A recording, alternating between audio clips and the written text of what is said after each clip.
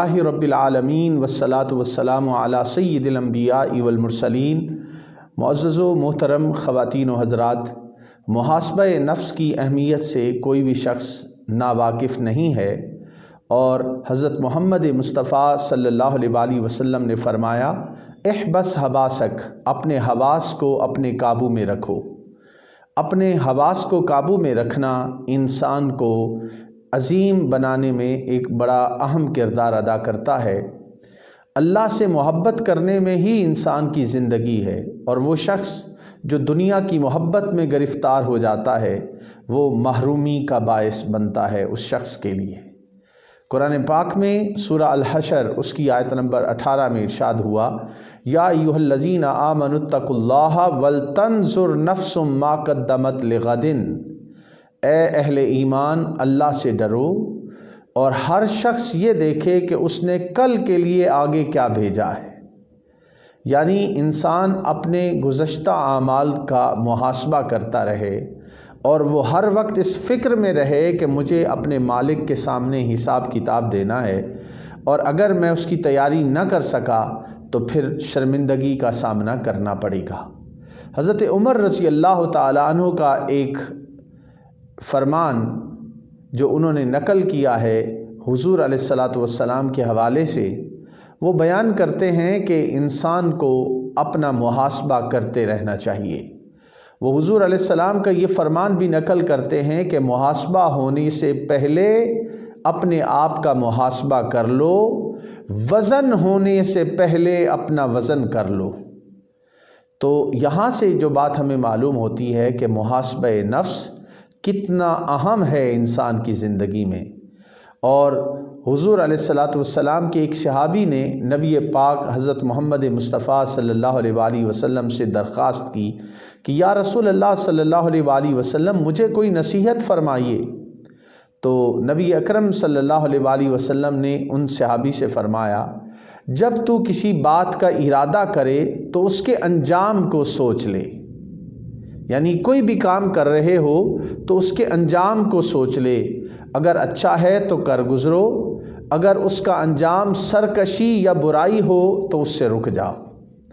یعنی انسان کو کسی بھی کام کرنے کے بعد اس کے انجام سے جو ہے اپنے آپ کو نہیں بچانا چاہیے، بلکہ انجام کو پیش نظر رکھنا چاہیے۔ انجام اچھا ہے اور اللہ کی نافرمانی، سرکشی اور بغاوت میں نہیں آتا تو انسان کو ایسے کام کی اجازت ملتی ہے۔ سورہ النور اس کی آیت نمبر 31 میں ارشاد فرمایا گیا، وَتُوبُوا إِلَى اللَّهِ جَمِيعًا أَيُّهَا الْمُؤْمِنُونَ لَعَلَّكُمْ تُفْلِحُونَ، کہ تم سب اللہ کے حضور توبہ کرو اے ایمان والو تاکہ تم مراد پا جاؤ۔ تو مراد کون پا سکتے ہیں؟ جو اللہ رب العزت کے حضور توبہ و استغفار کرتے ہیں، اپنے مالک کی طرف رجوع کرتے ہیں۔ رات کی تاریکی میں حضرت عمر فاروق رضی اللہ تعالیٰ عنہ کا معمول یہ تھا کہ وہ اپنے پاؤں کو درے سے ٹھوکر لگاتے اور اپنے آپ سے پوچھتے، اے عمر آج تو نے کیا عمل کیا؟ یہ وہ اپنے آپ سے سوال کرتے، اپنا محاسبہ خود کرتے کہ سارا دن گزار دیا ہے تو اس سارے دن کو کیسے گزارا ہے، کیونکہ انسان کا محاسبہ اللہ رب العزت نے بھی کرنا ہے۔ تو اسی طرح حضرت عبداللہ بن سلام کا ایک معمول آپ کی نظر کرتا ہوں کہ حضرت عبداللہ بن سلام لکڑیوں کا ایک گٹھا اٹھا کر بازار سے گزرتے ہوئے نظر آئے۔ آپ کے پاس خادموں کی کوئی کمی نہیں تھی، غلاموں کی کوئی کمی نہیں تھی، مال و دولت کی ریل پیل تھی۔ تو لوگوں نے پوچھا، عبداللہ بن سلام یہ آپ نے لکڑیاں کیوں اٹھائیں؟ کسی خادم کو یہ ڈیوٹی سر انجام دینے کے لیے کہہ دیتے۔ تو کہنے لگے، میں نے یہ لکڑیاں اٹھا کر بازار سے گزرنا اسی لیے مناسب سمجھا ہے کہ کہیں میرا نفس ان چیزوں سے بغاوت پر تو نہیں اتر آیا، اور کیا اس چیز کو وہ اپنے اوپر گراں تو نہیں سمجھتا۔ تو اپنے محاسبے کو عبداللہ بن سلام بھی اپنے پیش نظر رکھتے، اور حالانکہ اپنے غلام بھی تھے اور آپ کے خادم بھی موجود تھے۔ قرآن مجید میں اللہ رب العزت کا سورہ قیامہ اس کی آیت نمبر 2 میں ارشاد ہے، ولا اقسم بالنفس اللوامہ، کہ میں ملامت کرنے والے نفس کی قسم کھاتا ہوں۔ تو انسان کا وہ نفس جو اسے ملامت کرے اس کے برے اعمال پر، وہ انتہائی اچھا نفس ہے جو انسان کو اس کے اعمال پر ملامت کرنے والا ہے، اسی لیے نفس لوامہ کی یہاں پر قسم کھائی گئی۔ محاسبہ نفس ہوتا کیا ہے؟ اللہ کے لیے اپنے نفس سے جہاد کرنا مجاہدہ ہے، اللہ کی خاطر اپنے نفس سے جہاد کرنا مجاہدہ ہے، اور یہی محاسبہ بھی ہے کہ انسان اللہ کے احکامات کو اپنے پیش نظر رکھے اور اپنی خواہشات کے پیچھے نہ پڑ جائے۔ ان النفس لامارۃ بالسوء، انسان کا نفس تو انسان کو برائی پر اکساتا ہے، اور یہ ہمارے سامنے فرمان ہے حضرت یوسف علیہ السلام کا۔ اسی طرح حضرت ذوالنون مصری رحمۃ اللہ تعالی علیہ وہ فرماتے ہیں کہ غور و فکر عبادت کی کنجی ہے، درست کام کرنے کی نشانی یہ ہے کہ نفس اور خواہشات کی انسان مخالفت کرے، کہ انسان اپنے نفس کی اور اپنی خواہشات کی مخالفت کرتا رہے اور اللہ کی ذات میں، اللہ کی کائنات میں غور و فکر کرتا رہے کہ وہ رب تعالیٰ جس نے ساری کائنات کو بنایا ہے وہ کتنی عظیم ذات ہے، اور مجھے اس کا بندہ، غلام، عاجز، منکسر ہو کر زندگی گزارنی چاہیے۔ اللہ تعالیٰ کی طرف سے حضرت داؤد علیہ السلام کی طرف وحی آئی کہ اے داؤد، اپنے اصحاب کو اپنی خواہش کی چیز کھانے سے بچاؤ۔ یہ اللہ نے وحی کی حضرت داؤد علیہ السلام کی طرف کہ اپنے ساتھیوں کو اپنی خواہش کی چیز کھانے سے بچاؤ، اس لیے کہ جو دل خواہشات دنیا میں لگے رہتے ہیں ان کی روحیں مجھ سے حجاب میں رہتی ہیں۔ بڑا اہم فرمان ہے اللہ رب العزت کا جو حضرت داؤد علیہ السلام سے کہا گیا کہ اپنے ساتھیوں کو اپنی خواہشات کی پیروی سے روک دو، کیونکہ جو خواہشات دنیا میں لگا رہتا ہے انسان، وہ روحیں اللہ سے حجاب میں رہتی ہیں، وہ رب تعالیٰ کے دیدار سے محروم رہتی ہیں۔ پھر یہ بات بھی ہمیں پیش نظر رکھنی چاہیے کہ انسان کے نفس کی دو بنیادی صفات ہیں جن پر ہر وقت نظر رکھنے کی ضرورت ہے۔ پہلی ہے صفت جو انسان کے نفس کی، وہ ہے غصہ اور جلد بازی۔ غصہ اور جلد بازی جہالت کی علامت ہے، اور جہالت کی وجہ سے انسان غصے میں آتا ہے اور جلد باز بنتا ہے۔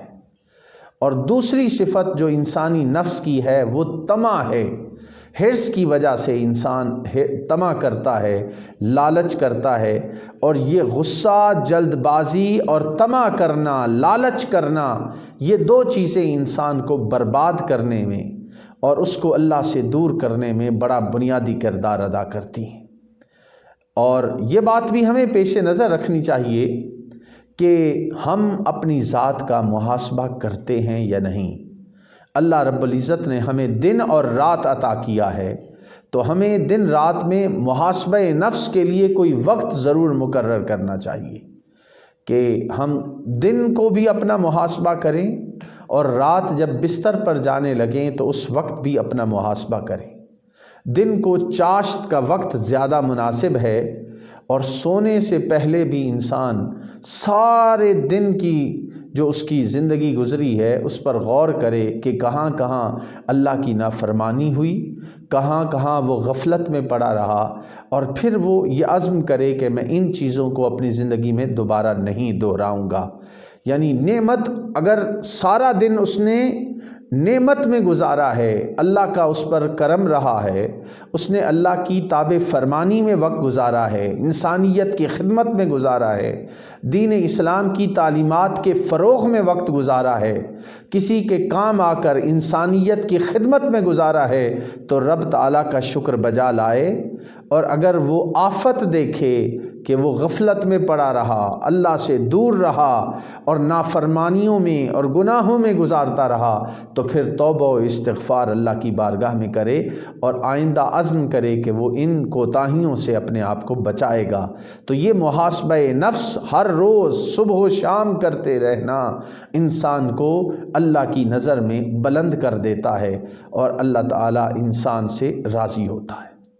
انسان کے نفس کے کچھ اقسام ہیں، یعنی انسان کا نفس جو افعال سر انجام دیتا ہے اس کی کچھ اقسام ہیں، اور دو بنیادی اقسام انتہائی اہمیت کی حامل ہیں۔ ایک ہے معصیت اور نافرمانی، کہ انسان کا نفس گناہوں میں پڑا رہتا ہے، اور دوسری جو انسان کی صفت ہے وہ ہے کینہ، تکبر، حسد، بخل، غصہ۔ یہ انسان کی افعال کی دو بنیادی خصوصیات یا اقسام ہیں، ایک ہے نافرمانی اور دوسری ہے کینہ، تکبر، حسد۔ یہ دو چیزیں انسان کو برباد کر کے رکھ دیتی ہیں، اور قرآن پاک میں ارشاد ہے وَنَهَا النَّفْسَ عَنِ الْهَوَىٰ، جنہوں نے نفس کو خواہشوں سے روکا، وَنَهَا النَّفْسَ عَنِ الْهَوَىٰ، جنہوں نے اپنی خواہشات نفس سے اپنے آپ کو روکا، اللہ نے ان کی تعریف کی ہے۔ فَإِنَّ الْجَنَّةَ هِيَ الْمَأْوَىٰ، جنت ہی انہی کا ٹھکانہ ہے۔ جنہوں نے اپنے آپ کو خواہشات نفس سے بچا لیا وہ جنت کے حقدار ٹھہر گئے۔ یہ قرآن پاک کا ارشاد ہے، سورہ النازعات کے اندر موجود ہے۔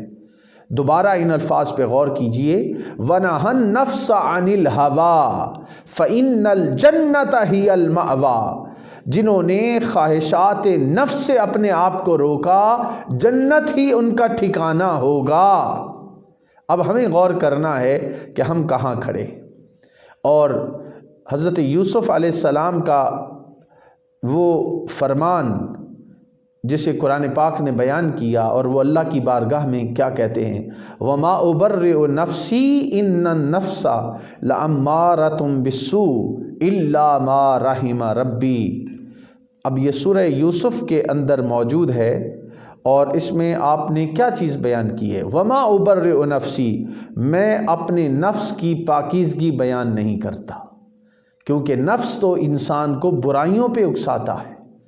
معزز حاضرین، اگر ان پہلوؤں کو ہم اپنے پیش نظر رکھیں اور نفس کی جو صفات ہیں وہ ہمارے پیش نظر رہیں، تو ہم اپنے آپ کو بہت زیادہ چیزوں سے جو اللہ سے دور لے جانے والی ہیں ان سے بچا سکتے ہیں۔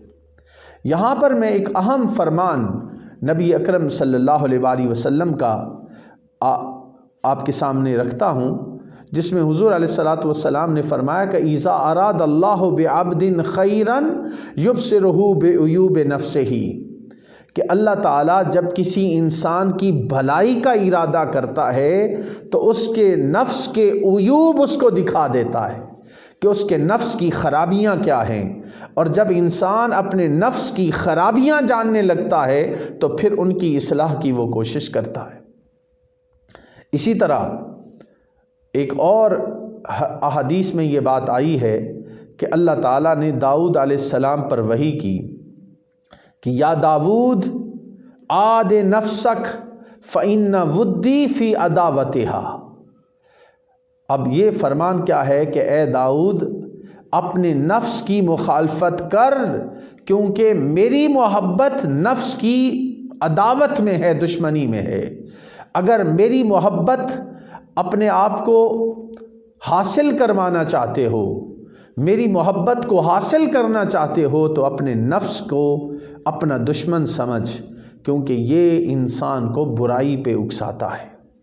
اور کشف المحجوب میں شیخ علی حجویری نے یہ بھی بیان کیا کہ من عرف نفسہ فقد عرف ربہ، کہ جس نے اپنے نفس کو پہچان لیا اس نے رب کو پہچان لیا۔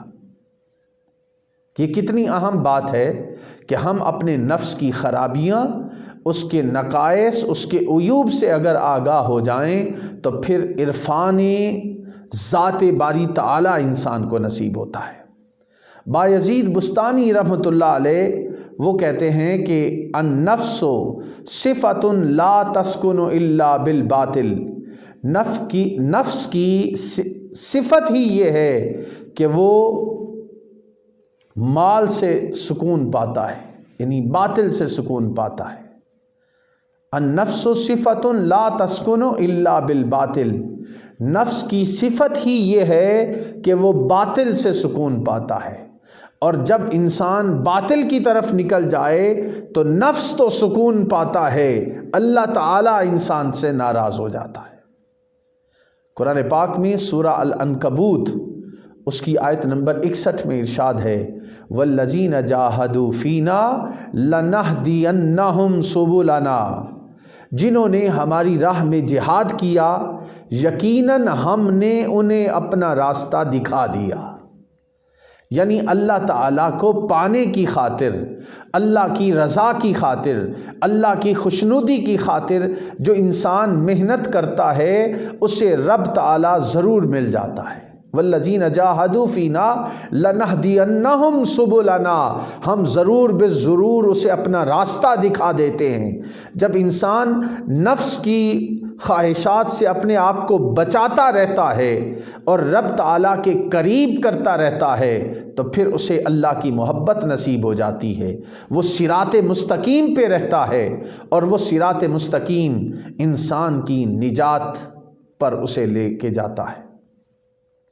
یہاں پر ایک بڑی اہم بات جو حدیث پاک میں بیان ہوئی، اور یہ حدیث پاک ترمذی شریف میں موجود ہے، المجاہد من جاہد نفسہ فی طاعت اللہ، مجاہد کون ہے کہ جس نے اپنے نفس سے جہاد کیا اطاعت الہی کی خاطر، یعنی اللہ کی اطاعت کی خاطر انسان اپنے نفس سے جہاد کرتا ہے، اور وہ نفس کی خواہشات کے پیچھے نہیں پڑتا، اللہ کے حکم کو ماننے کی خاطر، اللہ کے حکم کی خاطر انسان اپنے نفس کی مخالفت کرتا ہے، اسے نبی اکرم صلی اللہ علیہ وآلہ وسلم نے مجاہد قرار دیا۔ ایک اور مقام پر فرمایا، رجعنا من الجہاد الاصغر الى الجہاد الاکبر، قیل یا رسول اللہ صلی اللہ علیہ وسلم ما الجہاد الاکبر، قال وہی مجاہدۃ النفس۔ اب یہ الفاظ ذرا غور فرمائیے ان الفاظ پر کہ ہم چھوٹے جہاد سے جہاد اکبر کی طرف جا رہے ہیں، اس کی طرف پلٹ رہے ہیں۔ صحابہ کرام نے عرض کی، یا رسول اللہ صلی اللہ علیہ وآلہ وسلم بڑا جہاد، جہاد اکبر کیا ہے؟ فرمایا مجاہدہ نفس، یعنی اپنے نفس سے مجاہدہ کرنا اور اپنے نفس سے لڑائی کرتے رہنا اور اپنے آپ کو اللہ کی اطاعت میں اور اللہ کے حکم کو ماننے میں لگائے رکھنا، یہ انسان کو بڑا مجاہد بنا دیتی ہے۔ کتنا اہم فرمان ہے۔ حضرت ابو ہریرہ رضی اللہ تعالیٰ عنہ روایت کرتے ہیں کہ مسجد نبوی کی تعمیر کے وقت میں نے دیکھا کہ نبی اکرم صلی اللہ علیہ وآلہ وسلم اینٹیں اٹھا رہے ہیں، اور اینٹیں اٹھا کر اس سے نبی اکرم صلی اللہ علیہ وآلہ وسلم کو تکلیف ہو رہی تھی۔ تو میں حضور علیہ السلام کی خدمت میں حاضر ہوا، حضرت ابو ہریرہ بیان کرتے ہیں، اور میں نے عرض کی، یا رسول اللہ صلی اللہ علیہ وآلہ وسلم اینٹوں کا کام میرے سپرد فرما دیجیے، اینٹوں کا کام میرے سپرد فرما دیں۔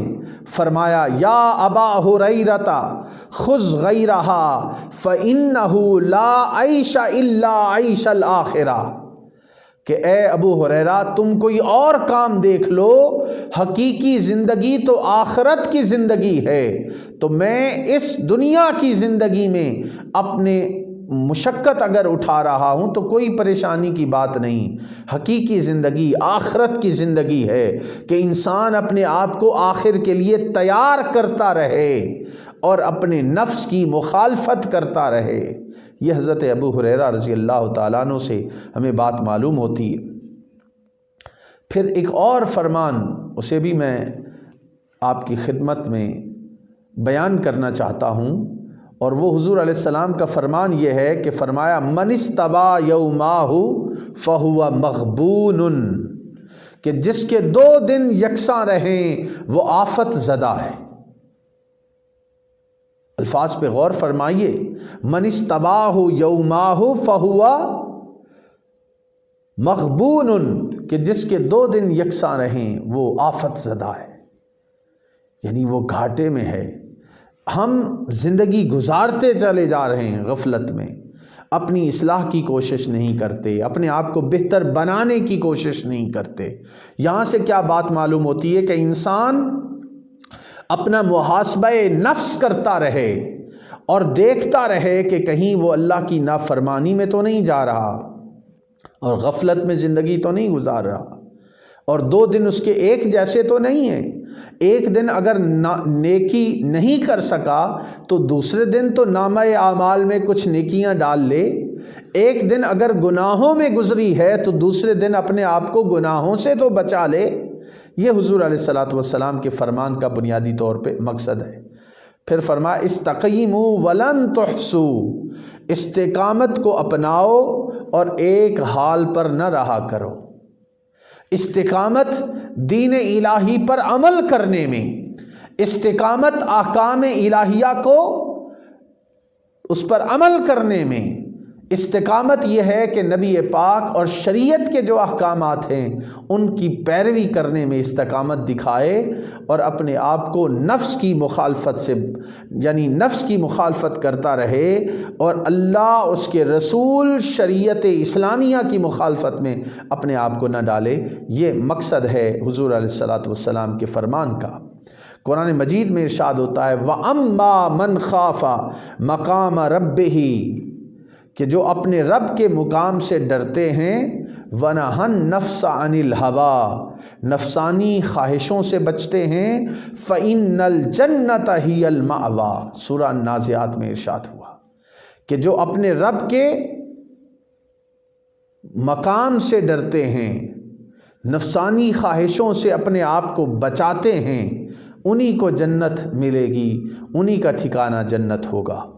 اور قرآن پاک میں سورہ الجاسیہ اس کی آیت نمبر 23 میں ارشاد ہوا کہ افرأیت من اتخذ الہہ ہواہ، کیا تو نے اس شخص کو نہیں دیکھا جس نے اپنی خواہشات کو اپنا معبود بنا لیا ہے؟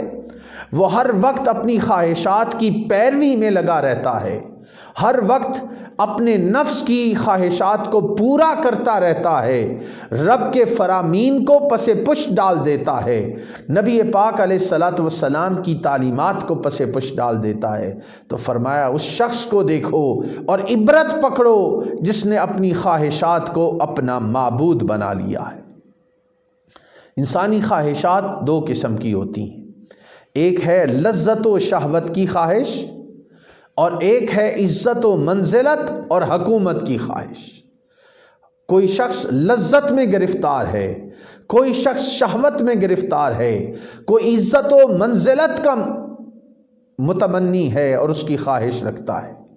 انسان انہی خواہشات میں پوری زندگی گزار دیتا ہے اور پھر آخر میں انسان کو شرمندگی کا سامنا کرنا پڑتا ہے، ندامت کا سامنا کرنا پڑتا ہے، اور پھر انسان کف افسوس کی حالت میں ہوتا ہے کہ وہ سوچتا ہے کہ میں نے کیوں اللہ کی نافرمانی کی اور اس منزل پر پہنچا۔ انسان کو حسد سے بچنا چاہیے۔ قرآن پاک کے بعد میں حضور علیہ السلام کی حدیث پاک آپ کی خدمت میں رکھنا چاہوں گا، جس میں حضور علیہ السلام نے فرمایا الحسد یاکل الحسنات کما تاکل النار الحطب۔ یہ حضور علیہ السلام کا فرمان سنن ابی داؤد میں موجود ہے کہ ان الحسد یاکل الحسنات کما تاکل النار الحطب، کہ حسد نیکیوں کو ایسے کھا جاتا ہے جیسے آگ لکڑیوں کو کھا جاتی ہے۔ تو آئیے دوستو، ہم اپنے آپ کو حسد سے، بغض سے، اناد سے، کینے سے، انسانیت کی نفرت سے اپنے آپ کو بچائیں، اللہ کی تابع فرمانی میں آئیں، اپنا محاسبہ نفس کرتے رہیں، اپنی خواہشات کو کم کرتے رہیں، اپنی خوراک کو کم کریں، کیونکہ جب انسان زیادہ کھاتا ہے تو زیادہ کھانا انسان کے اندر لذات کو، خواہشات کو پیدا کرتا ہے، انسان پھر گناہوں میں پڑ جاتا ہے۔